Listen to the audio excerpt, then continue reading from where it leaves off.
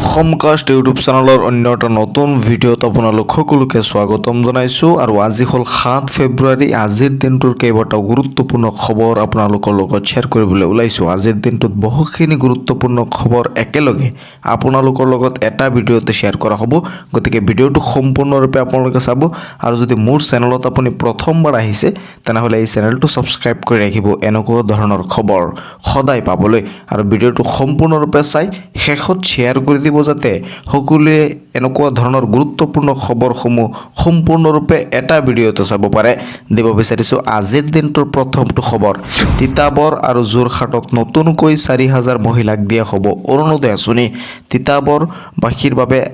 ৰাজ্যৰ মুখ্যমন্ত্ৰী ডক্টৰ হিমন্ত বিশ্ব শৰ্মাই এটা ভাল খবৰ দিছে যে তিতাবৰত আৰু নতুনকৈ 4,000 মহিলাক অৰুণোদয় আঁচনি দিয়া হ'ব। অৰুণোদয় নোপোৱাসকলৰ বাবে আহি গ'ল এটা ভাল খবৰ। যিসকলে অৰুণোদয় আঁচনি পোৱা নাই, তিতাবৰ আৰু যোৰহাটবাসীয়ে নতুনকৈ আৰু 4,000 মহিলাক অৰুণোদয় আঁচনি দিব বুলি ৰাজ্যৰ মুখ্যমন্ত্ৰী ডক্টৰ হিমন্ত বিশ্ব শৰ্মাই ঘোষণা কৰিছে। নতুনকৈ 4,000 অৰুণোদয় আঁচনি দিয়া হ'ব। যিসকলে অৰুণোদয় পোৱা নাই শীঘ্ৰেই কৰক আবেদন। তিতাবৰ আৰু যোৰহাটত যিসকল মহিলাই নেকি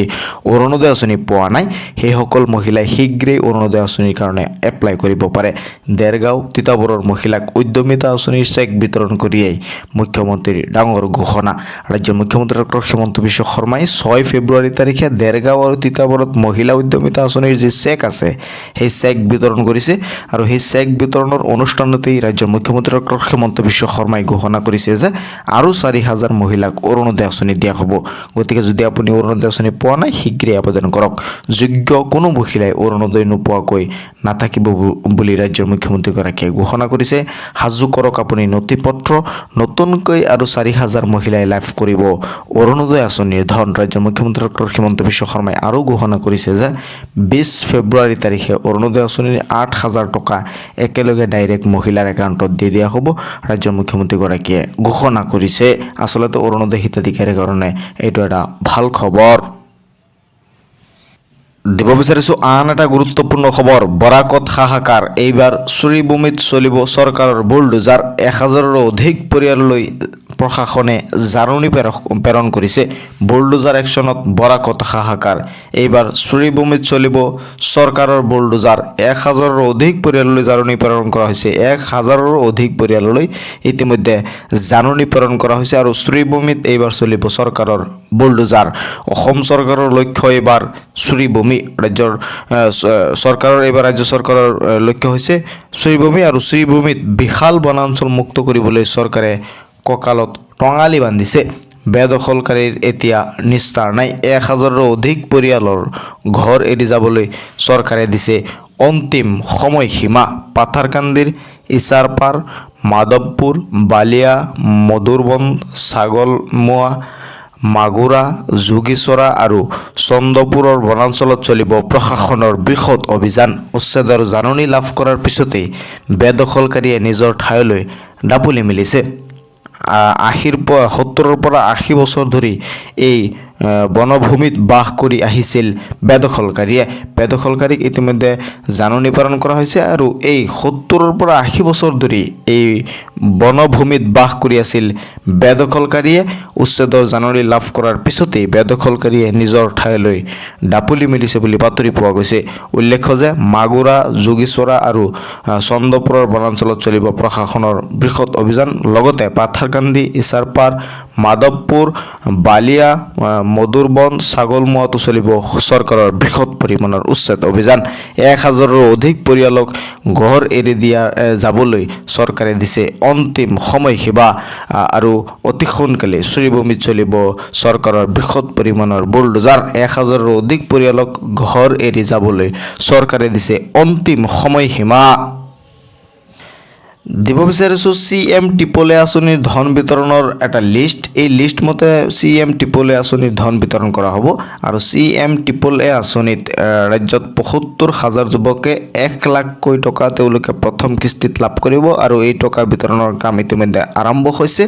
আৰু এই লিষ্ট মতে ৰাজ্য চৰকাৰে এই টকা বিতৰণ কৰিব বুলি উল্লেখ কৰিছে। ডেট হয়তো আপোনালোকে দেখা পাইছে। CM টিপলে আঁচনি 7 তাৰিখে 7/2/2026 অৰ্থাৎ 7 ফেব্ৰুৱাৰী তাৰিখে তাৰিখে কামৰূপত দিয়া হ'ব এই ধন আৰু 8 ফেব্ৰুৱাৰী তাৰিখে ডিব্ৰুগড় জিলাৰ ডিব্ৰুগড় তিনিচুকীয়া চৰাইদেউ শিৱসাগৰ এই ঠাইসমূহত দিয়া হ'ব বুলি এই লিষ্টত প্ৰকাশ কৰা হৈছে 9 তাৰিখে দিয়া হ'ব বিশ্বনাথ শোণিতপুৰ দৰং আৰু তেজপুৰত দিয়া হ'ব লিষ্টটো আপোনালোকে হয়তো দেখা পাইছে নহলে আপুনি গুগলত সাৰ্চ কৰিলে লিষ্টটো পাই যাব আৰু 10 তাৰিখে দিয়া হ'ব বাক্সা তামলপুৰ ওদালগুৰিত দিয়া হ'ব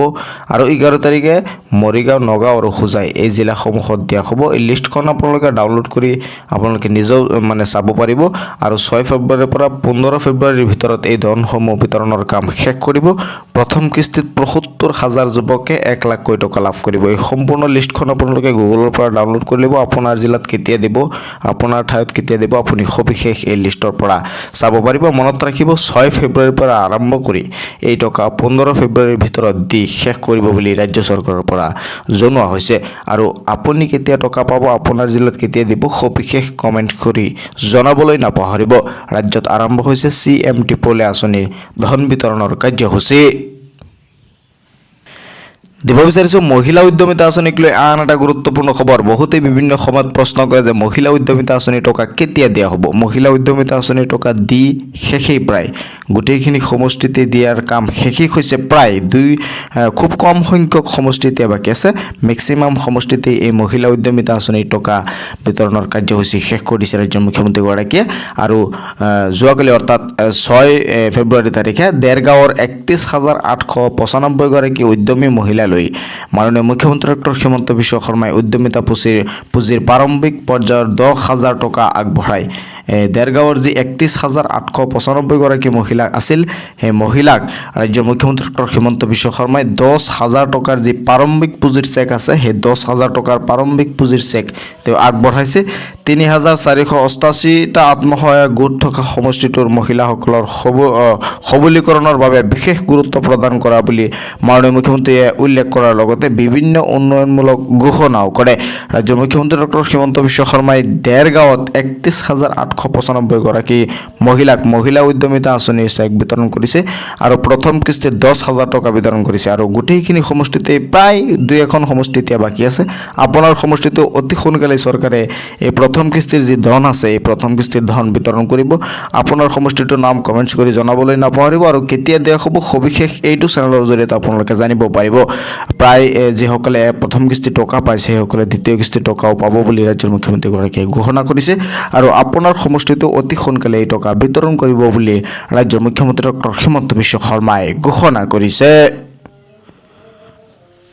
দিব বিচাৰিছো আন এটা গুৰুত্বপূৰ্ণ খবৰ এটাও মিয়াক অসমত থাকিবলৈ দিয়া নহ'ব অসমত অবৈধ মিয়াৰ দপদপনি নচলিব উজনি অসম এৰিব লাগিব মিয়াই এটাও মিয়াক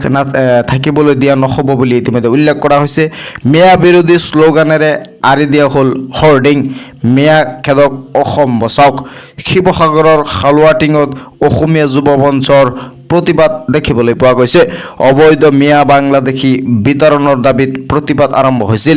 বাংলাদেশী হুঁচিয়াৰ শ্লোগানেৰে তীব্ৰ প্ৰতিবাদৰ আৰম্ভ হৈছে অবৈধ বাংলাদেশীক অসম এৰি যাবলৈ হুংকাৰ দিয়া হৈছে অসমক কেতিয়াও বাংলাদেশীৰ চৰণীয়া পথাৰ হ'বলৈ দিয়া নহ'ব বুলি উল্লেখ কৰা হৈছে হুংকাৰ অসমীয়া যুৱ মঞ্চৰ অসমক কেতিয়াও বাংলাদেশীৰ চৰণীয়া পথাৰ হ'বলৈ দিয়া নহ'ব বুলি তেওঁ উল্লেখ কৰিছে অবৈধ বাংলাদেশীক অসম এৰি যাবলৈ হুংকাৰ দিছে বাংলাদেশী হুঁচিয়াৰ শ্লোগানেৰে তীব্ৰ প্ৰতিবাদ আৰম্ভ কৰিছে অসমীয়া যুৱ মঞ্চই দিব বিচাৰিছো আন এটা গুৰুত্বপূৰ্ণ খবৰ আৰু এই খবৰটো অত্যন্ত গুৰুত্ব সহকাৰে আপোনালোকৰ মানিব লাগিব জানিব লাগিব আপোনাৰ মোবাইললৈ মেছেজ আহিছে নেকি বা কোনো লিংক আহিছে নেকি ভুলতেও আপুনি ক্লিক নকৰিব আপুনি এই নম্বৰটো সেভ কৰি ৰাখক 1930 সাইবাৰ অপৰাধক লৈ অসম আৰক্ষীয়ে জাৰি কৰিছে এডভাইজৰি বহুত সময়ত দেখা যায় মানুহৰ লগত স্কেম হৈ যায় তেওঁলোকৰ লগত কি হৈ যায় স্কেম কৰি তেওঁলোকৰ বেংকৰ একাউণ্টৰ পৰা টকা মানে লৈ যায় সেইকাৰণে অসম আৰক্ষীয়ে ইতিমধ্যে এডভাইজৰি দিছে আপোনাৰ মোবাইলত যদি কোনো ধৰণৰ লিংক আহে অচিনাকি লিংক আপুনি ক্লিক নকৰিব কোনো ধৰণৰ অচিনাকি নম্বৰৰ পৰা কল আহিলেও আপুনি কল ৰিচিভ নকৰিব বুলি জনোৱা হৈছে অচিনাকি নম্বৰৰ পৰা ফোন কল আহিলে আপুনি সাৱধান হৈ যাওক কোনো কাৰণতে USSD কোড 216167 ডাইল নকৰিব কোনো সামগ্ৰী ডেলিভাৰী দিয়াৰ নামতো আপোনালৈ আহিব পাৰে মেছেজ কুৰিয়াৰ অথবা অনলাইন শ্বপিং সাইটৰ পৰাও আহিব পাৰে আপোনালৈ লিংক ভুলতো এই লিংকত আপুনি ক্লিক নকৰিব বুলি অসম আৰক্ষীৰ পৰা জনোৱা হৈছে অন্যথা মুহূৰ্ততে খালি হ'ব পাৰে আপোনাৰ বেংক একাউণ্ট অসম আৰক্ষীয়ে মুকলি কৰিছে হেল্পলাইন নম্বৰ সাইবাৰ অপৰাধৰ বলি হ'লে ডায়াল কৰক আপুনি 1930 নম্বৰত মুহূৰ্ততে ঘূৰাই পাব আপোনাৰ হেৰুৱা ধন সাইবাৰ অপৰাধক লৈ অসম আৰক্ষীয়ে জাৰি কৰিছে এডভাইজৰী মূল কথা হ'ল আপোনাৰ মোবাইলত যদি কোনো অচিনাকি নম্বৰৰ পৰা কল আহে বা কোনো ধৰণৰ বেলেগ ধৰণৰ নম্বৰৰ পৰা কল আহে বা আপোনাৰ মোবাইলত বেলেগ ধৰণৰ এটা মেছেজ আহে সেই লিংকত ক্লিক কৰিব কয় আপোনাক OTP দিব কয় তেনেহ'লে কিন্তু আপুনি সাৱধান হওক এই সমূহ কামৰ পৰা আপুনি বঞ্চিত হ'ব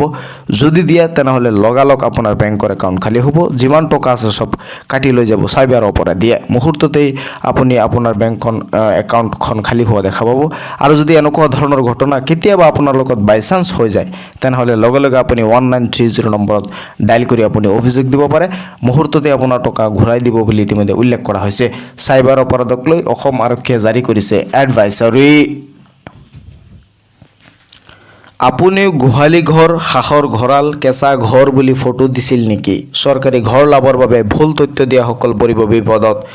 গাঁৱে গাঁৱে ছেটেলাইটৰে চলিব জৰীপ ইতিমধ্যে জৰীপ আৰম্ভ হৈছে গাঁৱে গাঁৱে ভেৰিফিকেশ্যনৰ কাম আৰম্ভ হৈছে যিসকলে দুৰ্নীতি কৰিছিল চৰকাৰী ঘৰক লৈ সেইসকলক এতিয়া ধৰা পৰিব আৰু তেওঁলোক চৰকাৰী ঘৰৰ পৰা বঞ্চিত হ'ব চৰকাৰী পকী ঘৰ লাভক লৈ আহি গ'ল এটা ডাঙৰ খবৰ গোহালি ঘৰ হাঁহৰ গঁৰাল কেঁচা ঘৰ বুলি ফটো দিয়াসকল পৰিব বিপদত এইখিনিতে জনাই ৰাখিব বিচাৰোঁ কালি অৰ্থাৎ যোৱাকালি বহুতৰে একাউণ্টত চৰকাৰী ঘৰৰ টকা সোমাইছে ছেকেণ্ড কিস্তিৰ টকাও সোমাইছে ফাৰ্ষ্ট কিস্তিৰ টকাও সোমাইছে ফাৰ্ষ্ট কিস্তিত 32,500 টকা সোমাইছে ছেকেণ্ড কিস্তিত 48,000 টকাও সোমাইছে আপোনাৰ জিলাত বা আপোনাৰ ব্লকত বা আপোনাৰ পঞ্চায়তত এই টকা সোমাইছে নে নাই কমেণ্ট কৰি জনাবলৈ নাপাহৰিব আৰু যিসকলে নতুনকৈ এপ্লাই কৰিছিলে সেইসকলৰ টকা অলপ পলম হ'ব কাৰণ চৰকাৰী ঘৰৰ তালিকাত ইতিমধ্যে বহুতো ভুৱা হিতাধিকাৰী সোমাইছে সেই ভুৱা হিতাধিকাৰীসকলক তেওঁলোকে ভেৰিফিকেশ্যন কৰি আউট কৰি আছে গোহালি ঘৰ হাঁহৰ ঘঁৰাল আৰু কেঁচা ঘৰ বুলি ফটো দিয়াসকল এতিয়া বিপদত পৰিব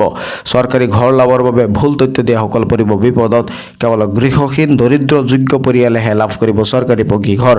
গাঁৱে গাঁৱে পঞ্চায়ত সভাপতিক জৰীপ চলোৱাৰ নিৰ্দেশ দিয়া হৈছে প্ৰকৃত পকী ঘৰ নাই বুলি পঞ্চায়ত সভাপতিয়ে সচিবে গাঁও সভাত লিখি দিব লাগিব জিঅ'টেক কৰাসকল বিভাগীয়ভাৱে চলোৱা হ'ব জৰীপ ছেটেলাইটৰ জৰিয়তে চলোৱা হ'ব এই জৰীপ মন্ত্ৰী ৰঞ্জিত দাসে কৰিলে এই ডাঙৰ ঘোষণা চৰকাৰী পকী ঘৰ লাভক লৈ আহি গ'ল এটা ডাঙৰ খবৰ যিসকলে নেকি চৰকাৰী পকী ঘৰ পোৱা নাই অতি সোনকালে চৰকাৰী ভেৰিফিকেশ্যনৰ কাম সম্পূৰ্ণ হোৱাৰ পাছতেই আপোনালোকে চৰকাৰী পকী ঘৰ পাবলৈ সক্ষম হ'ব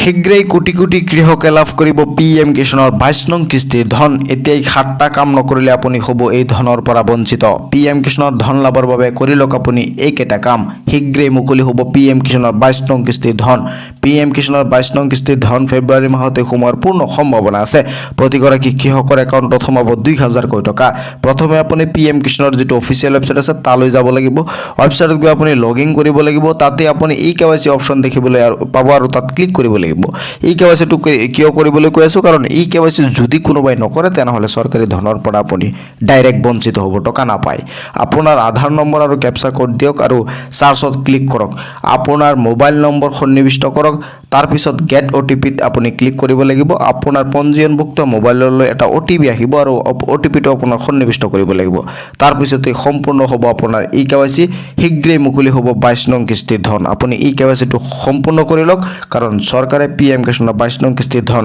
অতি সোনকালে আপোনাৰ বেংকৰ একাউণ্টত মুকলি কৰি দিব আজিৰ এই দিনটোৰ গুৰুত্বপূৰ্ণ খবৰখিনি শ্বেয়াৰ কৰি দিব যাতে সকলোৱে চাব পাৰে মোৰ এই চেনেলটো সাবস্ক্ৰাইব কৰি ৰাখিব যেতিয়া মই পৰৱৰ্তী ভিডিঅ' আপলোড কৰোঁ আপোনালোকে অতি সহজতে সেই ভিডিঅ'টো চাব পাৰিব চাই থাকিব আপোনালোকৰ আপোন চেনেল অসম কাষ্ট